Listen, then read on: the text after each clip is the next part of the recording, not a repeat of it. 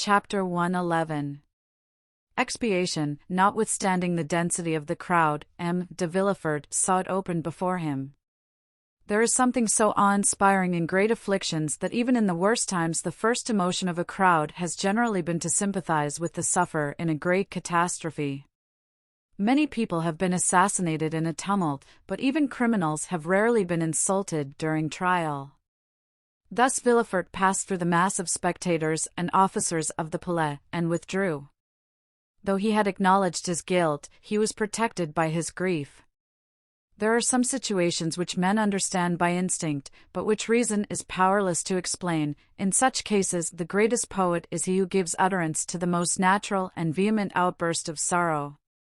Those who hear the bitter cry are as much impressed as if they listened to an entire poem, and when the sufferer is sincere, they are right in regarding his outburst as sublime. It would be difficult to describe the state of stupor in which Villefort left the Palais. Every pulse beat with feverish excitement, every nerve was strained, every vein swollen, and every part of his body seemed to suffer distinctly from the rest, thus multiplying his agony 1,000-fold. He made his way along the corridors through force of habit. He threw aside his magisterial robe, not out of deference to etiquette, but because it was an unbearable burden, a veritable garb of Nessus, insatiate in torture. Having staggered as far as the Rue Dauphine, he perceived his carriage, awoke his sleeping coachman by opening the door himself, threw himself on the cushions, and pointed towards the Faubourg Saint-Honoré. The carriage drove on. All the weight of his fallen fortune seemed suddenly to crush him. He could not foresee the consequences, he could not contemplate the future with the indifference of the hardened criminal who merely faces a contingency already familiar. God was still in his heart. God, he murmured, not knowing what he said. God, God. Behind the event that had overwhelmed him he saw the hand of God. The carriage rolled rapidly onward. Villefort, while turning restlessly on the cushions, felt something press against him. He put out his hand to remove the object. It was a fan which Madame de Villefort had left in the carriage. This fan awakened a recollection which darted through his mind like lightning. He thought of his wife. "Oh!" he exclaimed, as though a red-hot iron were piercing his heart. During the last hour his own crime had alone been presented to his mind. Now another object, not less terrible, suddenly presented itself. His wife! He had just acted the inexorable judge with her, he had condemned her to death, and she, crushed by remorse, struck with terror, covered with the shame inspired by the eloquence of his irreproachable virtue, she, a poor, weak woman, without help or the power of defending herself against his absolute and supreme will, she might at that very moment, perhaps, be preparing to die. An hour had elapsed since her condemnation. At that moment, doubtless, she was recalling all her crimes to her memory, she was asking pardon for her sins, perhaps she was even writing a letter imploring forgiveness from her virtuous husband, a forgiveness she was purchasing with her death. Villefort again groaned with anguish and despair. "Ah," he exclaimed, "that woman became criminal only from associating with me.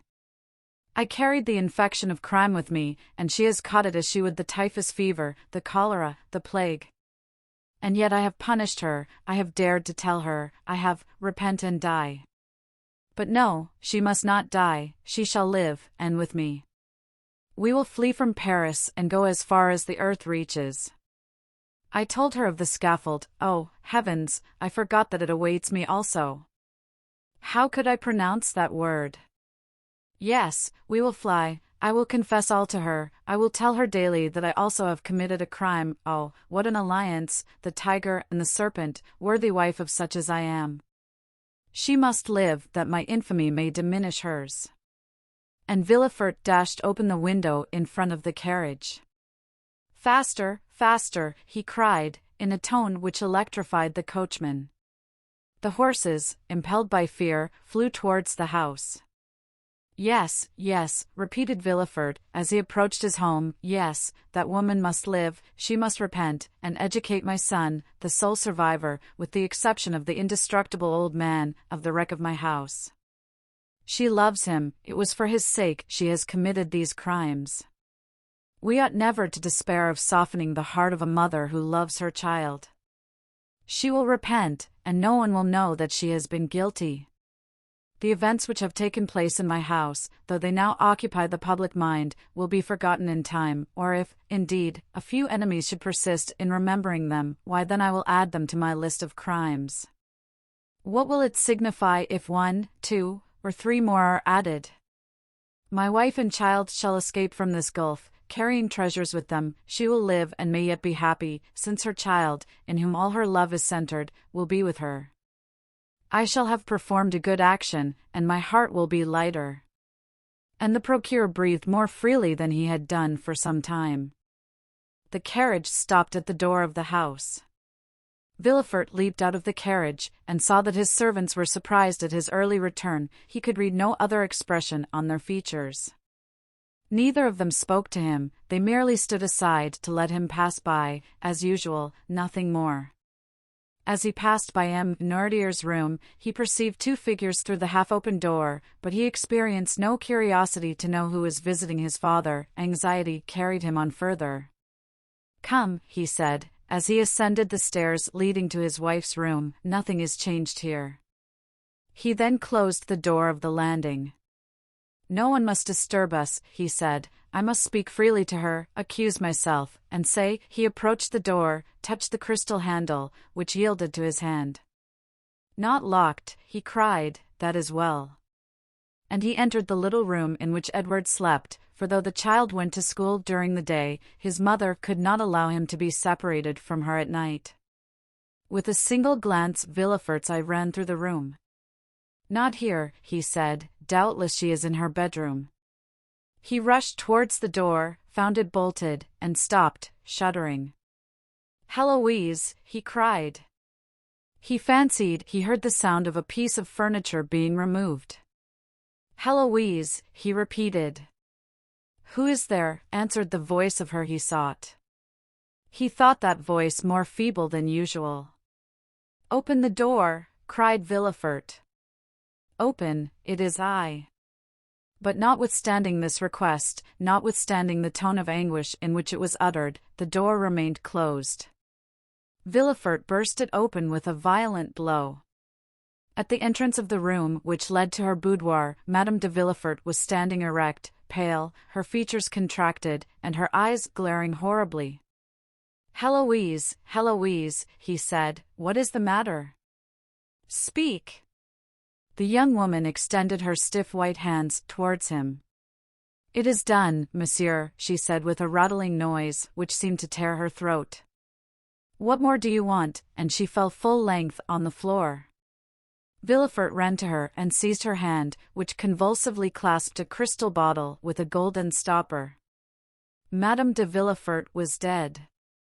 Villefort, maddened with horror, stepped back to the threshold of the door, fixing his eyes on the corpse. "My son!" he exclaimed suddenly. "Where is my son? Edward, Edward!" And he rushed out of the room, still crying, "Edward, Edward!" The name was pronounced in such a tone of anguish that the servants ran up. "Where is my son?" asked Villefort. "Let him be removed from the house, that he may not see." "Master Edward is not downstairs, sir," replied the valet. "Then he must be playing in the garden. Go and see." "No, sir, Madame de Villefort sent for him half an hour ago. He went into her room, and has not been downstairs since." A cold perspiration burst out on Villefort's brow, his legs trembled, and his thoughts flew about madly in his brain like the wheels of a disordered watch. In Madame de Villefort's room, he murmured and slowly returned, with one hand wiping his forehead, and with the other supporting himself against the wall. To enter the room, he must again see the body of his unfortunate wife. To call Edward, he must reawaken the echo of that room, which now appeared like a sepulchre. To speak seemed like violating the silence of the tomb. His tongue was paralyzed in his mouth. "Edward," he stammered, "Edward." The child did not answer.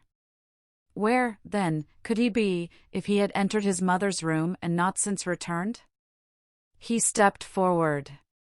The corpse of Madame de Villefort was stretched across the doorway leading to the room in which Edward must be. Those glaring eyes seemed to watch over the threshold, and the lips bore the stamp of a terrible and mysterious irony.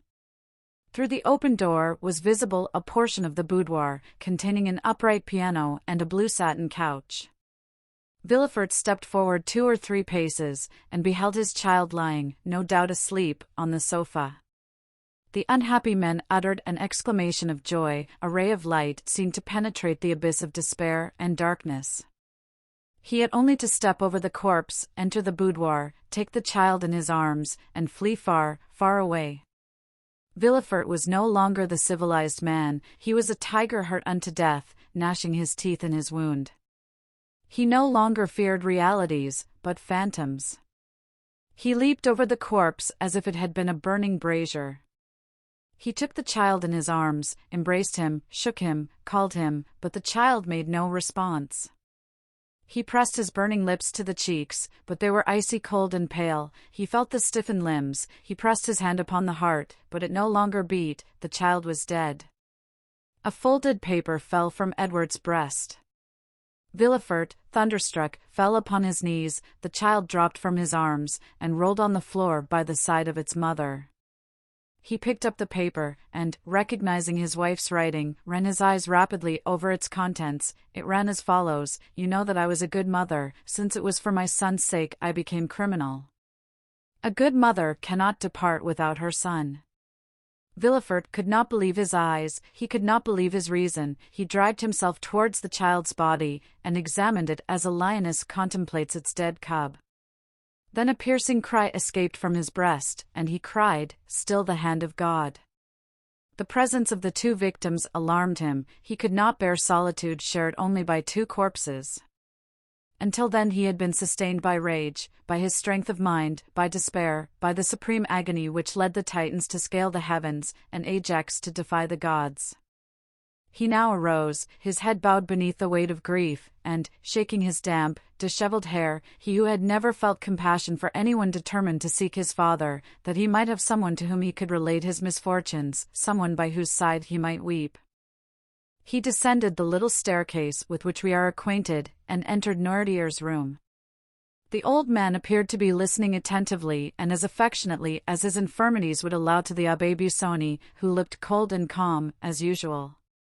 Villefort, perceiving the abbé, passed his hand across his brow. The past came to him like one of those waves whose wrath foams fiercer than the others. He recollected the call he had made upon him after the dinner at Auteuil, and then the visit the abbé had himself paid to his house on the day of Valentine's death. "You here, sir?" he exclaimed. "Do you, then, never appear but to act as an escort to death?"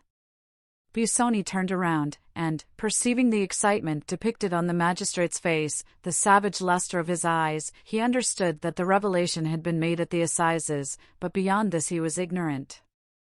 "I came to pray over the body of your daughter." "And now why are you here?" "I come to tell you that you have sufficiently repaid your debt, and that from this moment I will pray to God to forgive you, as I do." "Good heavens!" exclaimed Villefort, stepping back fearfully. "Surely that is not the voice of the Abbé Busoni." "No!" The abbé threw off his wig, shook his head, and his hair, no longer confined, fell in black masses around his manly face. "It is the face of the Count of Monte Cristo," exclaimed the procureur, with a haggard expression. "You are not exactly right, procureur, you must go farther back. That voice, where did I first hear it?" "You heard it for the first time at Marseilles, 23 years ago, the day of your marriage with Mademoiselle de Saint-Méran. Refer to your papers. You are not Busoni, you are not Monte Cristo? Oh, heavens!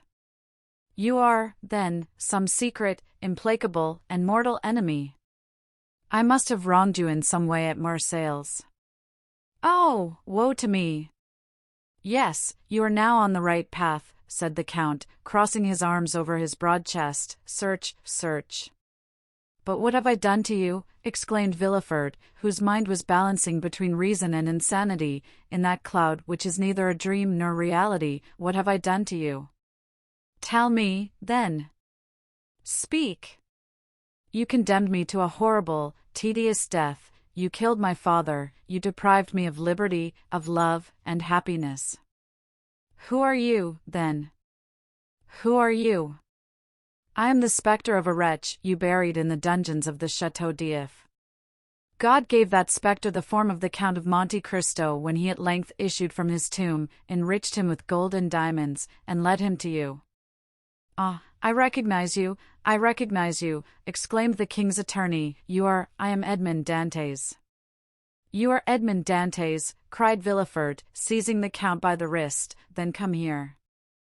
And up the stairs he dragged Monte Cristo, who, ignorant of what had happened, followed him in astonishment, foreseeing some new catastrophe.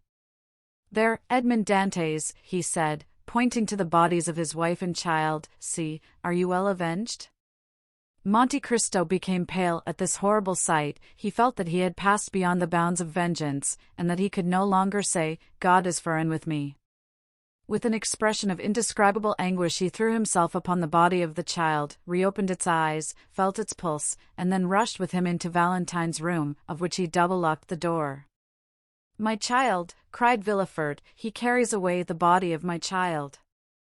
Oh, curses, woe, death to you!" He tried to follow Monte Cristo, but as though in a dream he was transfixed to the spot. His eyes glared as though they were starting through the sockets. He griped the flesh on his chest until his nails were stained with blood. The veins of his temples swelled and boiled as though they would burst their narrow boundary and deluge his brain with living fire. This lasted several minutes, until the frightful overturn of reason was accomplished. Then, uttering a loud cry followed by a burst of laughter, he rushed down the stairs.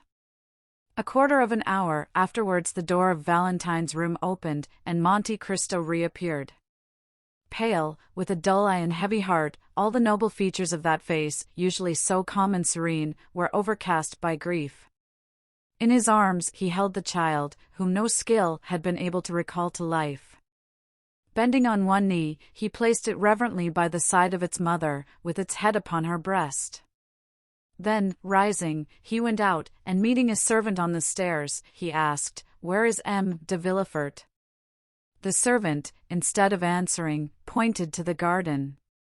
Monte Cristo ran down the steps, and advancing towards the spot designated beheld Villefort, encircled by his servants, with a spade in his hand, and digging the earth with fury. "It is not here," he cried. "It is not here."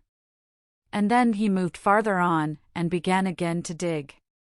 Monte Cristo approached him, and said in a low voice, with an expression almost humble, "Sir, you have indeed lost a son," but Villefort interrupted him. He had neither listened nor heard. "Oh, I will find it," he cried. "You may pretend he is not here, but I will find him, though I dig forever." Monte Cristo drew back in horror. "Oh," he said, "he is mad." And as though he feared that the walls of the accursed house would crumble around him, he rushed into the street, for the first time doubting whether he had the right to do as he had done.